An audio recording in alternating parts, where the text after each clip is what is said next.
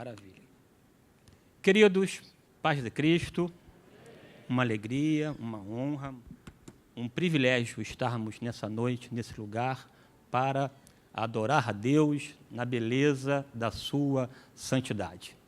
Claro, aqui não poderia começar sem antes dar uma palavra de gratidão, agradecer, né?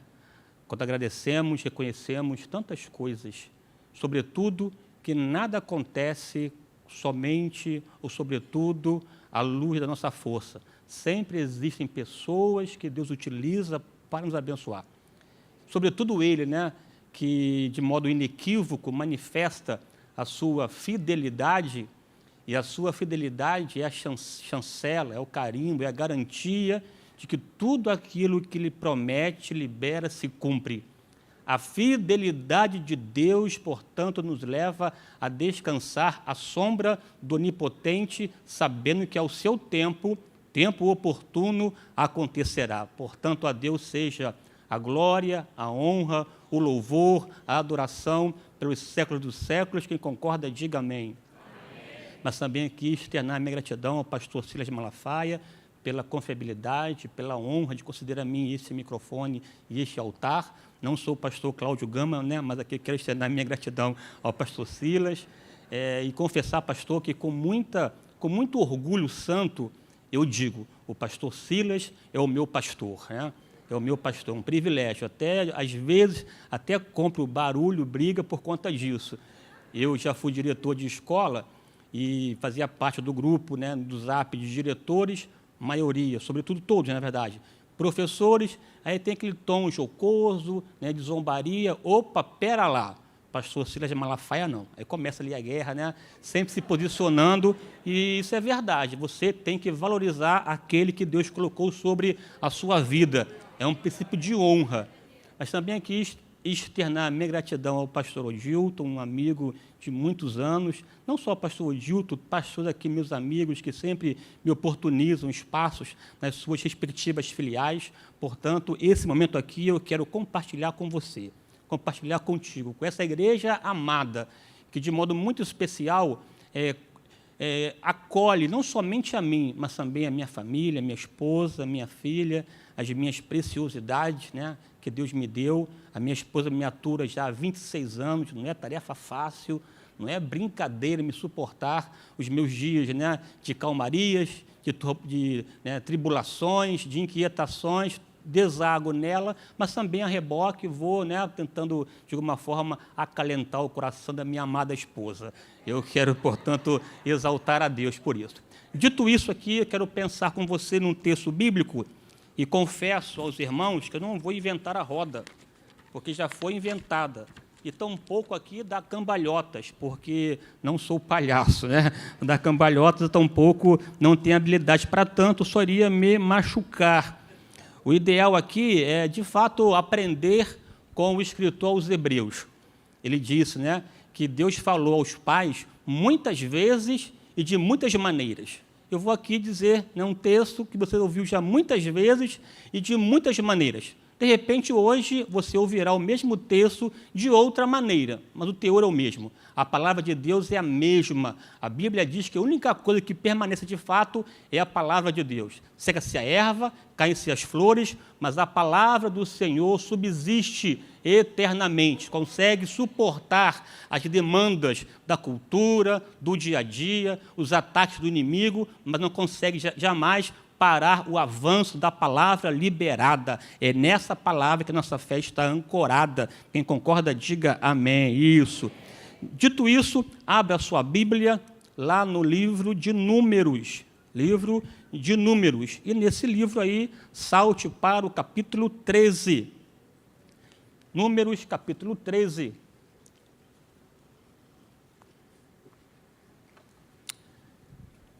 No capítulo 13, leremos a partir do versículo 27. Números 13, versículo 27 em diante. Diz assim o versículo 27. Todos acharam? Forte, o povo aqui é bom de Bíblia. Diz assim: e contaram-lhe e disseram: fomos à terra a qual nos enviaste, e verdadeiramente mana leite e mel. Este é o fruto. O povo, porém, que habita nessa terra é poderoso, e as cidades fortes e muito grandes. E também ali vimos os filhos de Anak. Os amalequitas habitam na terra do sul. Os heteus, os jebuseus e os amorreus habitam na montanha, na parte norte. E os cananeus habitam ao pé do mar, oeste, e pela ribeira do Jordão, leste, portanto, não havia brecha. Então Calebe fez calar o povo perante Moisés e disse: subamos animosamente e possuamo-la em herança, porque certamente prevaleceremos contra ela. Porém, os homens que com ele subiram disseram: não poderemos subir contra aquele povo, porque é mais forte do que nós. E infamaram a terra que tinham espiado perante os filhos de Israel, dizendo: a terra pelo meio da qual passamos a espiar é terra que consome os seus moradores, e todo o povo que vimos no meio dela são homens de grande estatura. Também vimos ali gigantes, filhos de Anak, descendentes dos gigantes, e éramos aos nossos olhos como gafanhotos, e assim também éramos aos seus olhos. Glória a Deus e aleluia.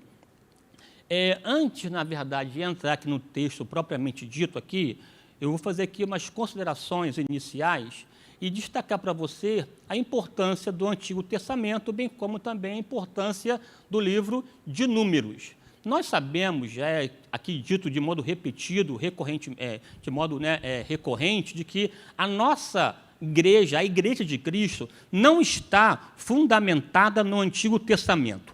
O Antigo Testamento não é compêndio doutrinário para a igreja. A igreja ela é neotestamentária. Ela faz parte da nova aliança, desse momento da aliança da graça, na qual repousa exatamente nos escritos apostólicos. A igreja ela é eminentemente apostólica e, sobretudo, cristocêntrica e cristológica. Mas, porém, todavia, o Antigo Testamento é palavra de Deus, porque a Bíblia diz que toda a Escritura, divinamente inspirada, é apta para corrigir, redarguir, instruir em justiça, para que o homem de Deus seja sábio e apto para toda boa obra. O Antigo Testamento é palavra de Deus, e você precisa se reportar ao Antigo para entender, inclusive, a razão da base ou da preparação até mesmo para o advento de Jesus, porque o Antigo Testamento serve de construção. Ele construiu,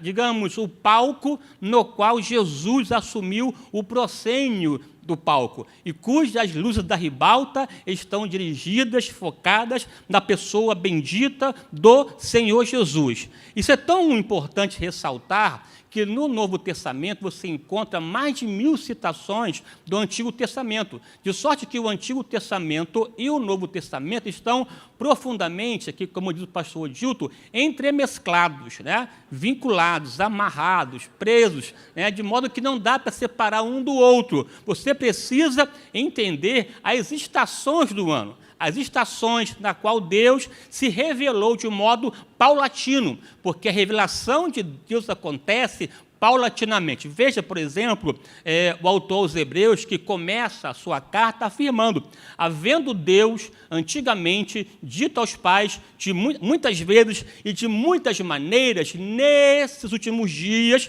no tempo presente, nos falou pelo Filho. Portanto, esse versículo aí nos mostra uma linha contínua, constante, processual, de revelação, cuja culminância, cujo ponto máximo, cujo zênite foca-se, deságua na pessoa bendita do Senhor Jesus. Porém, o versículo mostra uma linha constante, contínua e também de progressividade e de temporalidade. Portanto, você, ao se reportar ao Antigo Testamento, não pode fazer base doutrinária para nós, porque muitas coisas ali contidas estão relacionadas a alianças antigas. Por exemplo, nós não somos sabatistas, não guardamos o sábado. O sábado não é para a igreja. Jesus mesmo afirmou categoricamente que o sábado foi feito para o homem e não o homem para o sábado. E ele, inclusive, Jesus disse, de modo direto, eu sou o Senhor do sábado. Dá até que vontade de explicar, né, as minuciências da ideia do sábado, do repouso, do descanso, mas deixaremos para outro momento, para outra hora. De sorte que não somos sabatistas. A igreja, normalmente, ela, até por cultura histórica, priorizou o domingo em relação, inclusive, em homenagem ou em alinhamento à ressurreição de Jesus, sem a obrigatoriedade, sem a concepção salvática de salvação. Nós não guardamos dia nenhum. Todavia, em relação ao sábado, o que fica para nós é o seu princípio ético, é a mensagem ética, porque quando Deus fez o mundo em 6 dias e no 7º descansou, claro que Deus não descansa, porque Ele ele não se fatiga, nem se cansa. A ideia de descanso é satisfação plena, é aquela sensação de satisfação em relação à obra realizada, decorrente da belezura manifesta na criação, sendo coroada com a criação do homem. E a Bíblia diz que Deus viu que era muito bom, Ele ficou maravilhado com a sua criação e descansou, e por conta disso, para retratar, simbolizar esse momento, ele santificou o sábado, dando a entender que esse descanso, esse repouso, aconteceria somente na presença de Deus, somente envolvido por Deus, somente abarcado ou mergulhado na pessoa bendita do nosso Senhor, dando-nos, portanto, um princípio ético. Ninguém aqui deve trabalhar de modo ininterrupto, 7 dias por semana, 24 horas por dia. Se você trabalhar assim, somente obterá doença, cansaço e fatiga, e perderá, de repente, família e tal, porque há uma necessidade imperiosa de reservarmos, separarmos na nossa mordomia do tempo, um tempo para Deus, para adorá-lo, exaltá-lo na beleza da sua santidade. Porém, o Antigo Testamento é palavra de Deus. O próprio apóstolo Paulo afirmou categoricamente o seguinte, que tudo o que dantes foi escrito, para o nosso ensino foi escrito, para que pelas Escrituras tivéssemos esperança. Você precisa se reportar ao Antigo Testamento e lê-lo e compreendê-lo. Não somente ler para saber, não, é na verdade ler para aprender, e aprender para praticar, e praticar para vencer.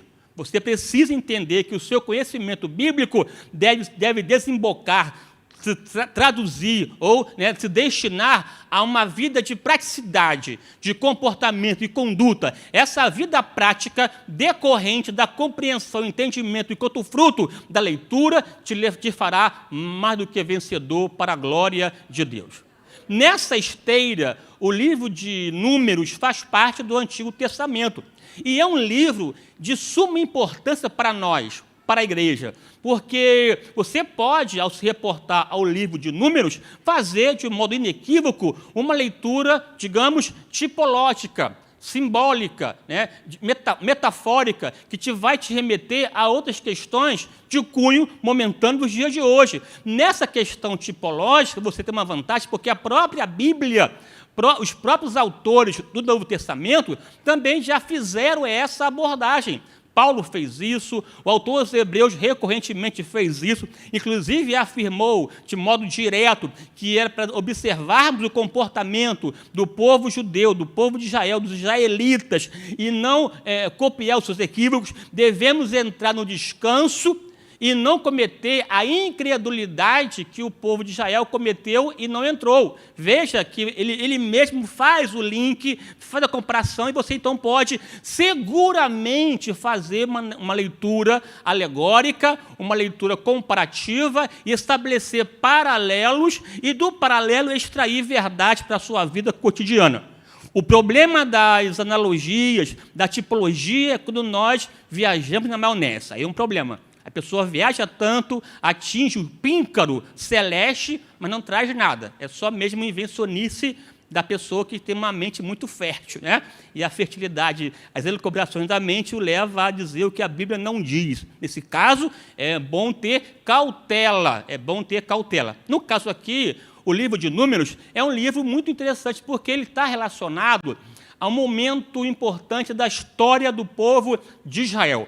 É um momento em que o povo de Israel está na sua travessia, o momento da peregrinação no deserto, em que o povo sai do Egito e, pós-acampamento no Sinai, dirige-se à conquista de Canaã. É um livro que narra para nós as tragédias do povo de Israel, mas também nos remete à intervenção, à operação, às ações milagrosas de Deus para com esse povo que, de modo muito equivocado, teve fé para sair do Egito, mas não teve fé para entrar em Canaã. A geração que saiu do Egito teve fé para vencer as demandas e sair da escravidão. Porém, a geração acima de 20 anos que saiu do Egito não conseguiu entrar porque essa geração foi dominada, foi derrotada, escravizada pela incredulidade que conduz à rebelião, que conduz à provocação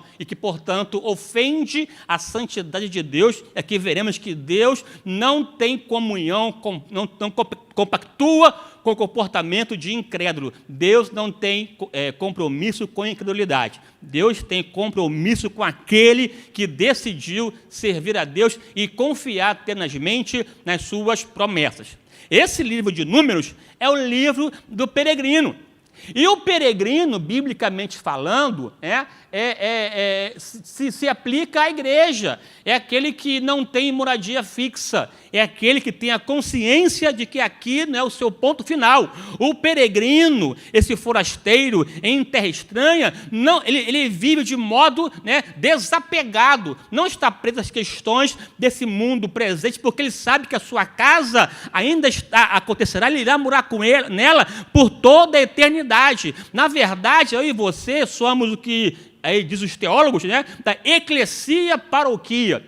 É os chamados para fora que estão caminhando para a sua casa. Oh, que maravilha! Então ele não se embaraça com as coisas dessa vida. Ele sabe quem o chamou, ele sabe para que foi chamado e, portanto, mantém seu foco, caminhando em direção à presença e à vontade de Deus.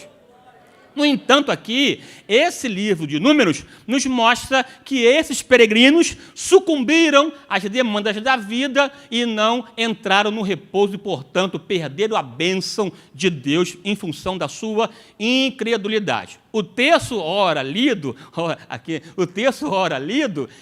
está relacionado àquele momento já de quase 2 anos que o povo de Israel já havia saído do Egito. O povo saiu, ficou acampado no Sinai quase 1 ano, somando a travessia e o acampamento, 2 anos. Saiu e chegou à dita região chamada de Cádiz Barneia.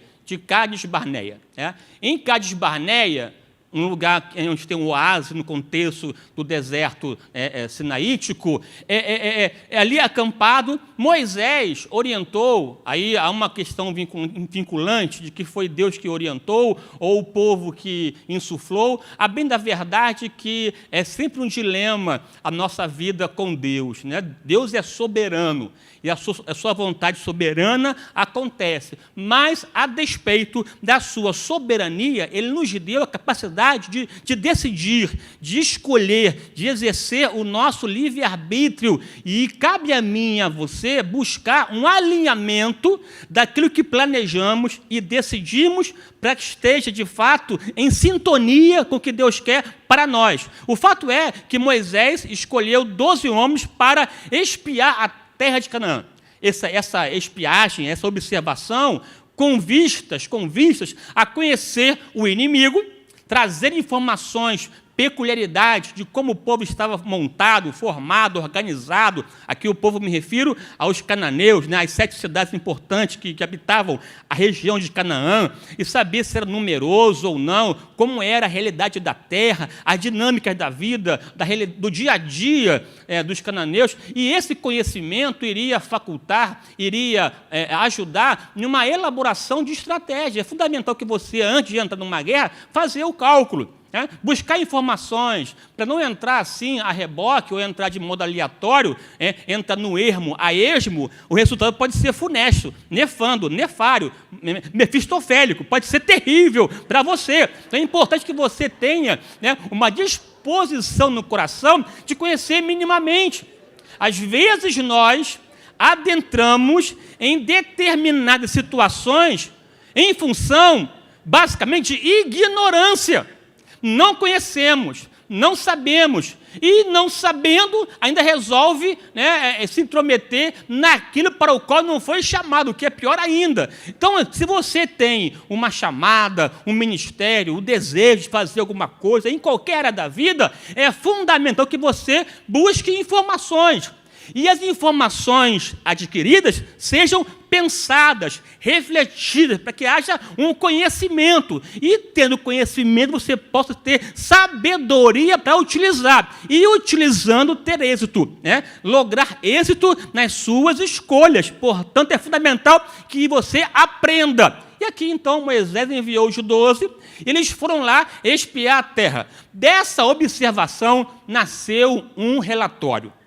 E eu quero com você nessa noite aqui pensar de modo rápido, de modo pálido, um en passant, nessa estrutura desse relatório e as suas implicações.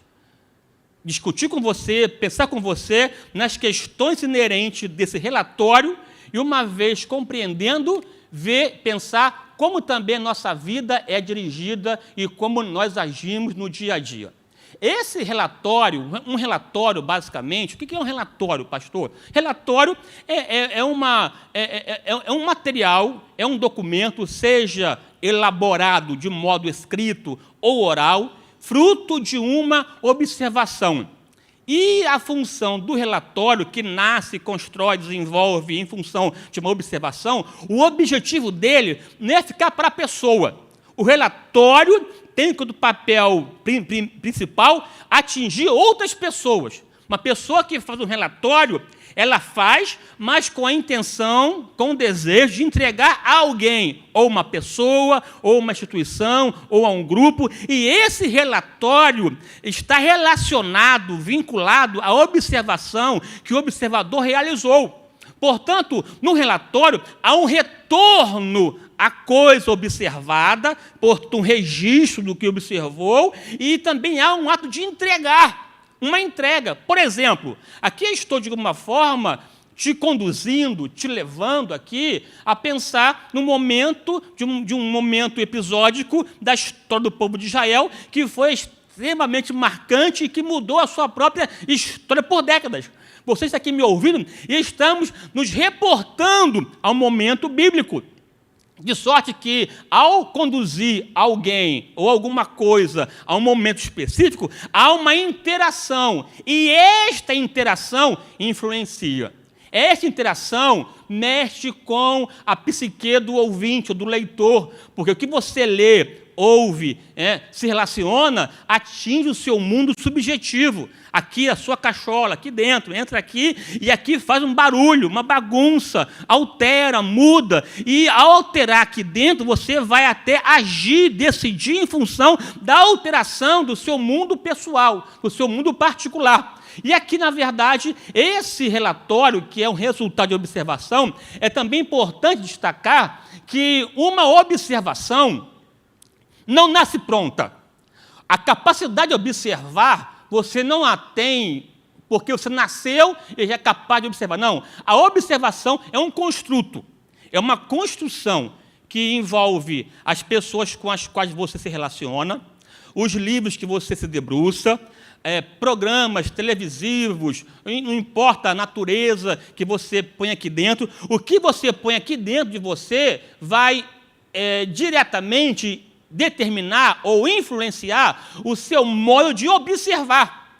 A sua observação, portanto, é uma consequência das tuas vivências, da sua história de vida, as pessoas com as quais você estabelece um relacionamento. Isso vai impactar a forma como você enxerga a si e a realidade que te cerca. E, é claro, vai impactar o seu modo de se relacionar com Deus. Aqui vai para você uma perguntinha básica. Se a observação é resultado da minha vivência, das minhas relações, eu pergunto, com quem você estabelece relacionamento?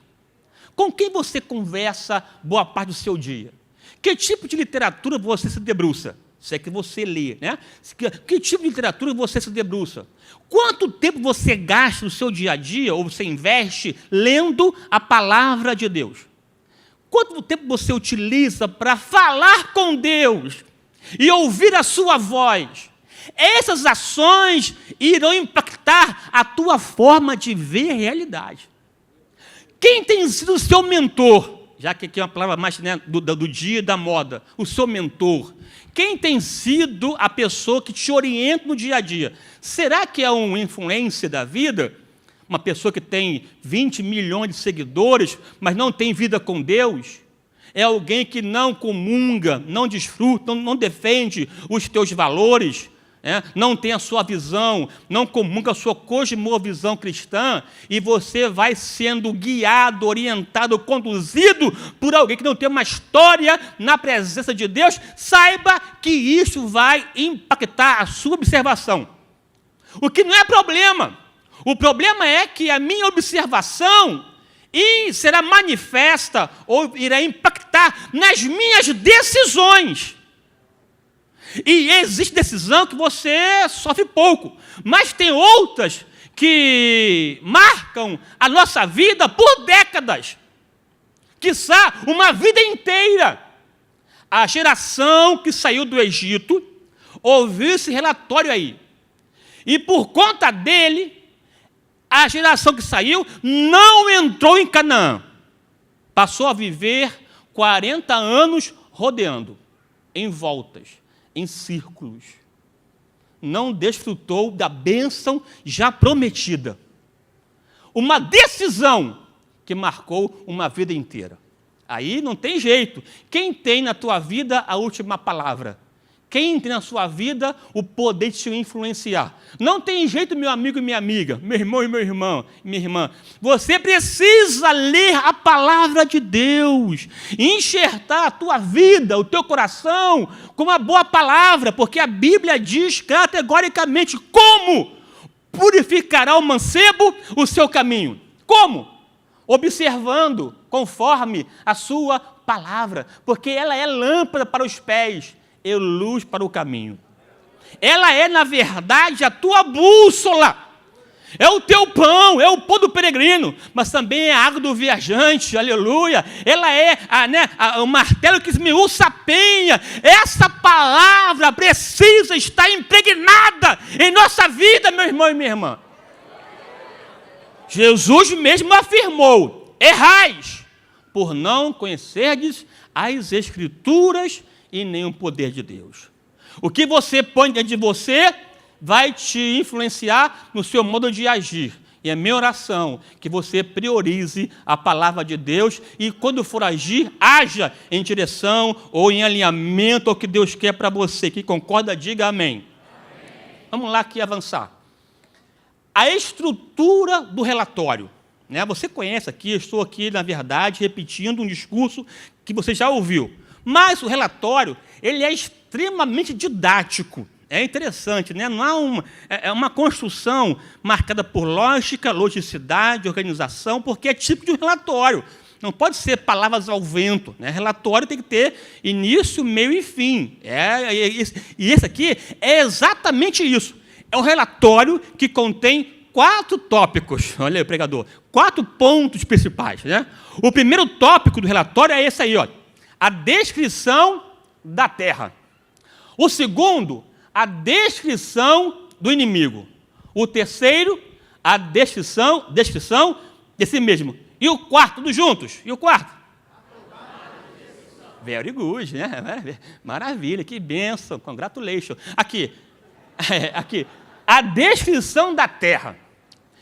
Em poucas palavras aqui, meu pastor, em poucas palavras, a descrição foi essa: olha a terra em que nos ordenaste a espiar. Veja que começa a frase dando um tom de distanciamento. Não é a terra que Deus me deu, é a terra que eu fui espiar. Isso aqui é fundamental. É uma descrição de uma tarefa quase que obrigatória. É um cumprimento de uma demanda que partiu de Moisés, mas não tem comigo vínculo, não atingiu a minha alma, não envolveu meu coração. É só, né, um protocolo, cumprir tarefa. A terra que tu nos ordenaste a espiar, verdadeiramente é uma terra boa. Mas o distanciamento da terra se revela na próxima oração. Porém, ou mais, todavia, não obstante, não podemos ocupá-la. Por quê? Veja, a terra é boa. Inclusive, Moisés, aqui está a prova cabal, a prova inconteste, né? A prova concreta, visível, tangível, palpável, inquestionável. Qual é a prova, pastor? Frutos, seja uva, figo, romã, aqui estão as provas da fertilidade da terra. Porém, não podemos ocupar. Aí parte para o segundo tópico do relatório. Descrição do inimigo. O povo que lá habita é um povo poderoso, as cidades grandes e muito fortes, e ainda lá existem gigantes. Primeiro, povo poderoso. Uma verdade também incontestável. De fato, os cananeus, sobretudo as 7 cidades cananeias, em relação aos israelitas, totalmente poderosa. Haja vista aqui, é bom ressaltar que Israel passou no Egito 400 anos escravizado. E no último século, extremamente oprimido, para a pior situação. Saiu com uma mentalidade de escravo ainda, impregnada na mente. Já os cananeus já conheciam, inclusive, a metalurgia. Já estavam numa outra fase de desenvolvimento. Um tempo depois daqui, a Bíblia diz que Jabim, rei de Azor, possuía 900 carros de ferro. É um tempo um pouco mais afastado do contexto aqui, porém, na antiguidade, 50, 100 anos de tempo, era quase que nada. Já conhecia a metalurgia, de sorte que enfrentar aquele povo poderoso, do ponto de vista natural, à luz da razão, de fato era uma loucura. Do ponto de vista racional, era uma insanidade enfrentar aquele povo poderoso. E, além disso, cidades grandes e muito fortes. Também uma outra verdade, do ponto de vista da razão. A guisa aqui de ilustração, a muralha de Jericó, segundo alguns estudiosos, há uma variação em relação a isso, mas afirmam aí que a largura da muralha de 4 a 6 metros. A altura, 10 metros de altura. 10 metros, meu irmão. Aqui eu acho que tem o quê? Uns 8 metros, pastor Silas? 8 metros, veja, 10 metros mais alto. De 4 a 6 metros de largura. Como invadir uma cidade dessa? Um povo que estava até então escravizado. Realmente, cidades fortes e muradas. E lá não tinha um Golias. Era uma nuvem de Golias. Gafanhotos. Imagina o problema. Não tinha um Davi em Israel. E lá tinha centenas de Golias. E para você entender, porque Golias é um descendente de Anak.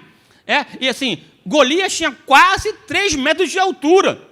A sua armadura, 70 quilos, basicamente. Veja que era um gigante, um monstro. E lá tinha tantos, que o povo diz, é como gafanhotos, que devora, que mata, que cerca. E para piorar a novela, não há brecha na terra. Seja no norte, sul, leste, oeste, não tem como. Não tem como. É impossível. Não tem poder algum capaz de frear, de entrar a demanda. E para piorar, nós somos, de fato, como gafanhotos. Eles são muitos e nós somos pequenos, incapazes, sem condições, sem força, sem habilidade, sem estrutura, sem condição de manter ou elaborar uma estratégia de conquista. Não dá. Aí vem o que é mais doloroso: a tomada de decisão. E qual foi, pastor, a tomada de decisão? Aí está. A terra é uma terra que consome os seus moradores. Não tem como entrar. E infamaram a terra dizendo, é uma terra que devora, que consome os seus consome os seus moradores. Oh, que desgraça! Melhor seria que nós voltássemos ao Egito. Eu tenho uma ideia. Levantemos entre nós um capitão que seja o nosso guia. Nós queremos manter a nossa postura de escravos. O que arde em meu coração diante disso é comer cebola, alho, pepino, e maçar barro, e ser humilhado, escravizado, estar, pelo menos ter uma cebola para comer. Não vou morrer de fome. Faraó é pinto diante de uma galinha de cananeus. É um negócio gigantesco, não dá. Aí, só que essa palavra aí, veja, a gravidade disso, além de influenciar o povo que entrou nessa onda, aí, amado irmão, amada irmã, fique atento, fique atenta. Que tipo de relatório, ou de voz, ou de pessoa que está te influenciando? Diga não. Se está roubando o teu coração a palavra de Deus, diga não. E ali, esse povo inflamou, mas veja, vamos aqui analisar em rápidas palavras aqui, a gravidade dessa fala. Quem prometeu a terra de Canaã aos israelitas? Quem? Esse povo aí está dizendo que aquilo que eu disse que daria, que eu escolhi a dedo, eu escolhi a parte, a fina flor da minha criação e a destinei enquanto Senhor da terra a Israel. Eles estão dizendo que a minha bênção é maldição. Estão invertendo a lógica, é verdade isso? Será que aquilo que eu estou dizendo, preparei, elaborei, destinei, determinei, estão chamando de coisa que não presta? Infamar, além de falar mal, é lançar uma fama negativa. É aquele momento em que a pessoa está ofendendo verdades imutáveis e absolutas de Deus. E nessa ofensa, aí inclusive, aqui a aula de domingo está ligada a isso, é quando há uma negação da doutrina fundamental. Esse afastamento, essa apostasia é extremamente danosa à nossa vida. Estão dizendo que a terra é má? Calma aí. Eu, porventura, disse alguma vez que não havia gigante, que a terra era fácil? Eu nem dei bola para a terra. Eu nem expliquei nada, porque para mim isso aqui é fichinha. Eles estão dizendo que eu não posso fazer, é isso mesmo. Estão questionando o meu poder.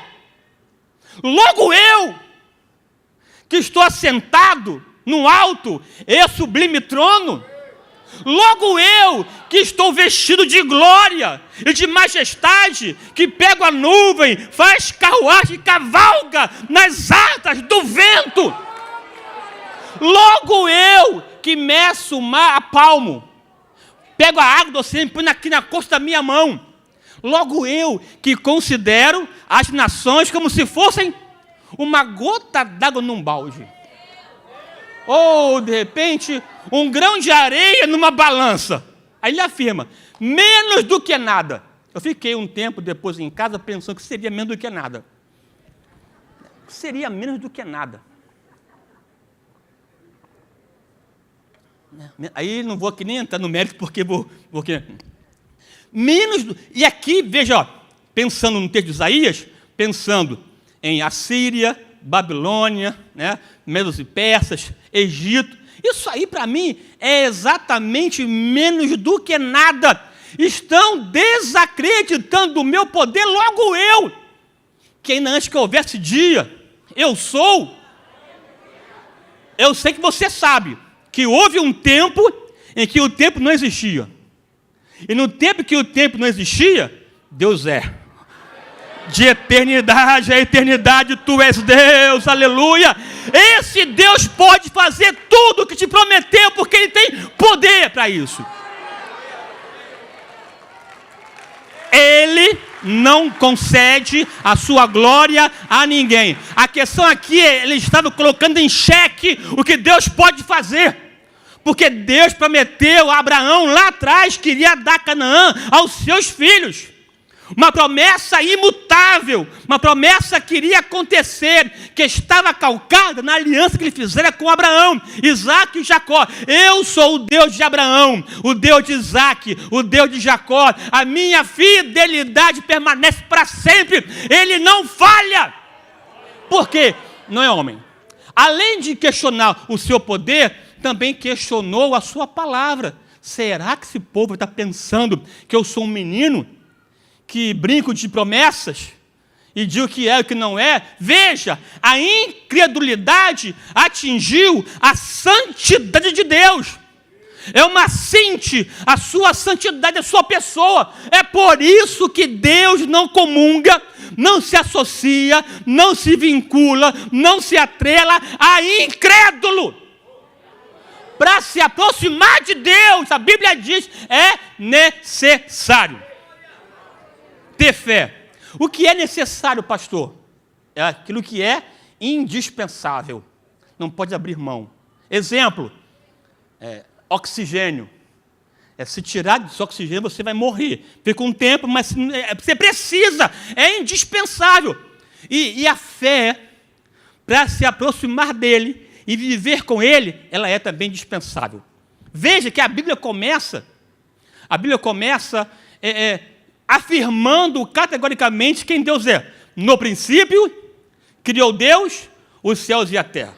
Um Deus pessoal, um Deus que tem poder de chamar a existência que não existia como se já fosse, do nada, é o Deus criador, é um Deus que se distingue, se destaca da criação. A criação é reflexo do seu poder, mas não é Deus. Então, há uma premissa inequívoca de que Ele existe, de que Ele é.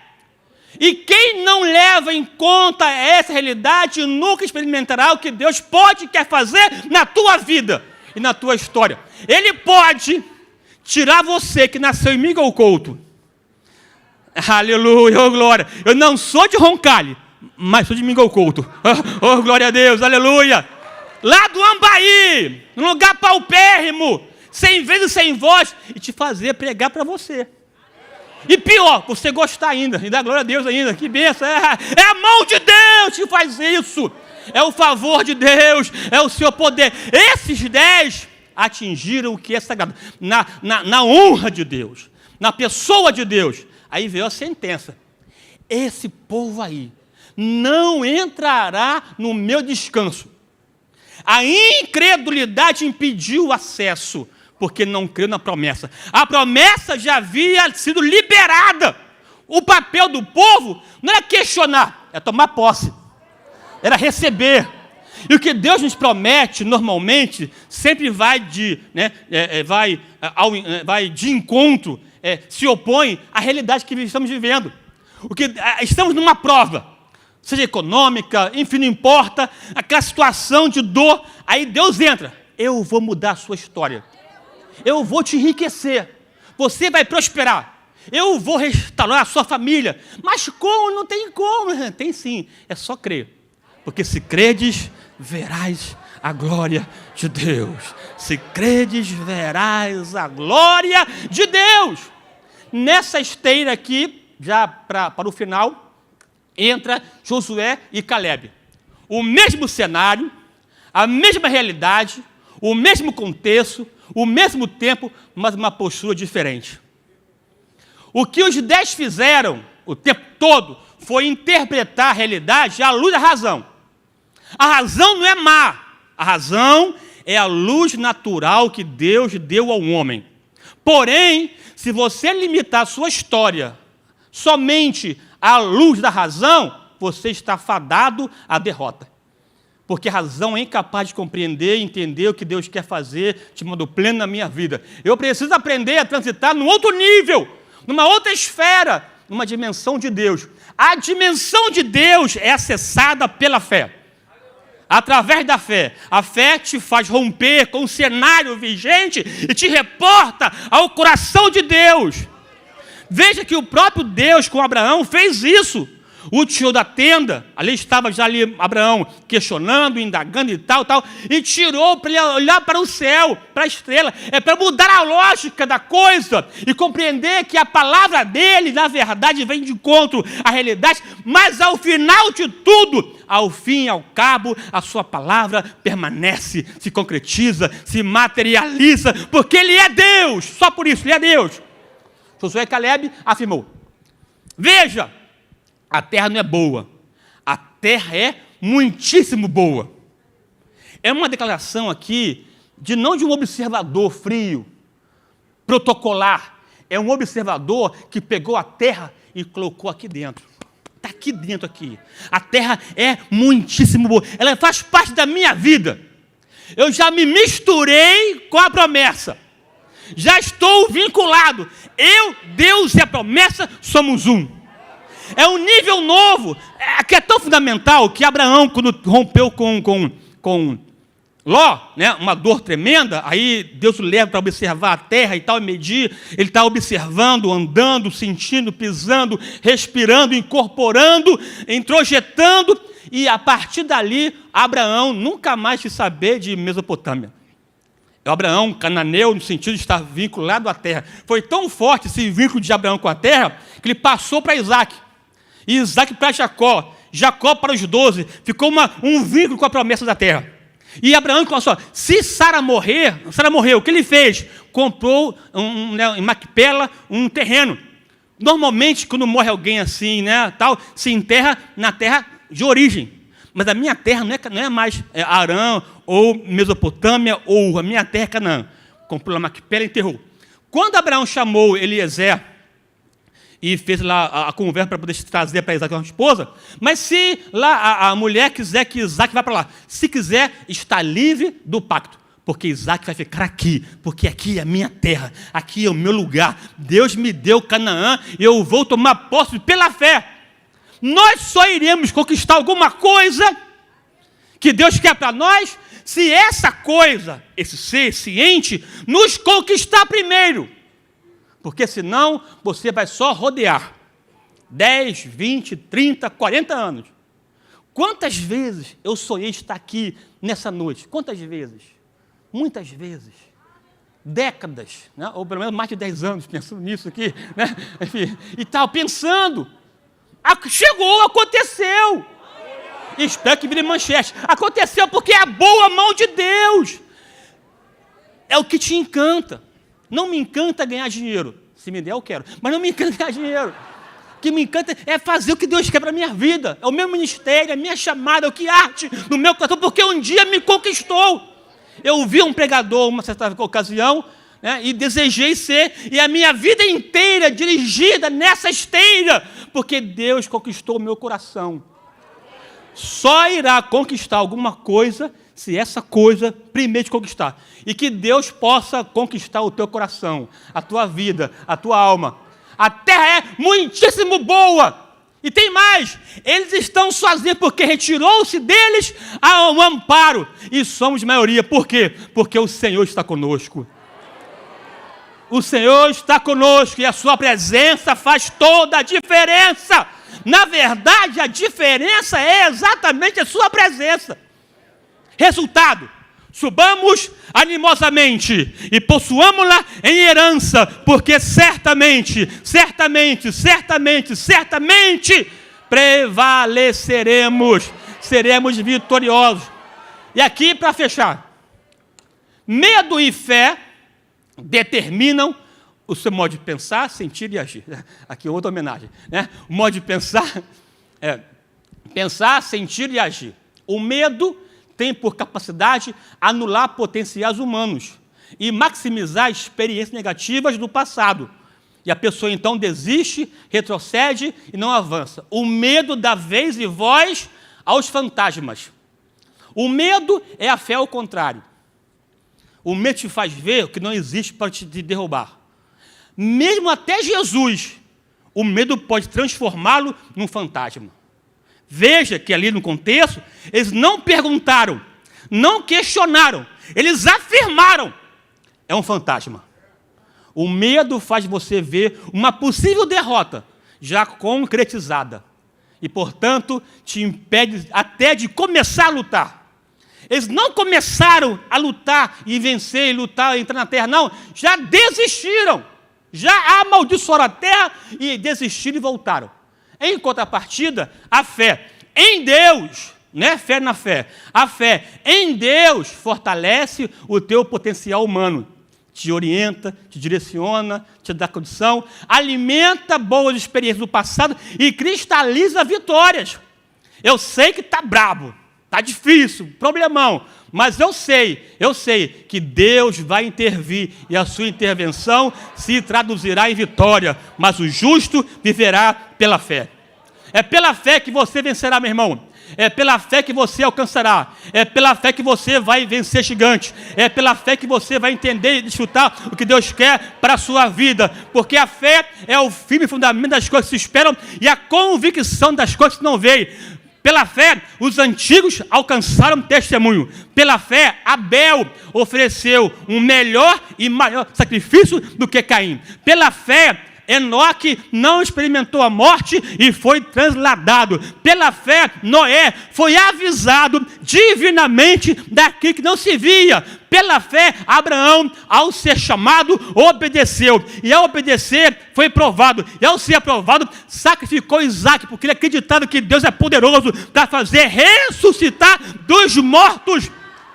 Pela fé, Sara recebeu virtude para conhecer e conceber, e teve Isaque e sorriu. Isaque, pela fé, abençoou Jacó e Esaú concernente às coisas futuras. Pela fé, Jacó abençoou José e seus filhos antes de morrer. Pela fé, José abençoou seus filhos antes de morrer e liberou uma palavra: Deus visitará o seu povo. Nós sairemos do Egito, e quando chegar o seu tempo, não deixe aqui os meus ossos, porque eu não sou do Egito, eu sou de Canaã. Aleluia! Aleluia! Glória a Deus! Raabe não perdeu a guerra, mas recebeu espias na sua casa. O que vou dizer mais? Faltar meio tempo de Sansão, de Jefté, de Gideão e de Samuel, de Davi e dos profetas? O que dizer também, pela fé, os apóstolos? Pela fé, Policarpo de Esmirna.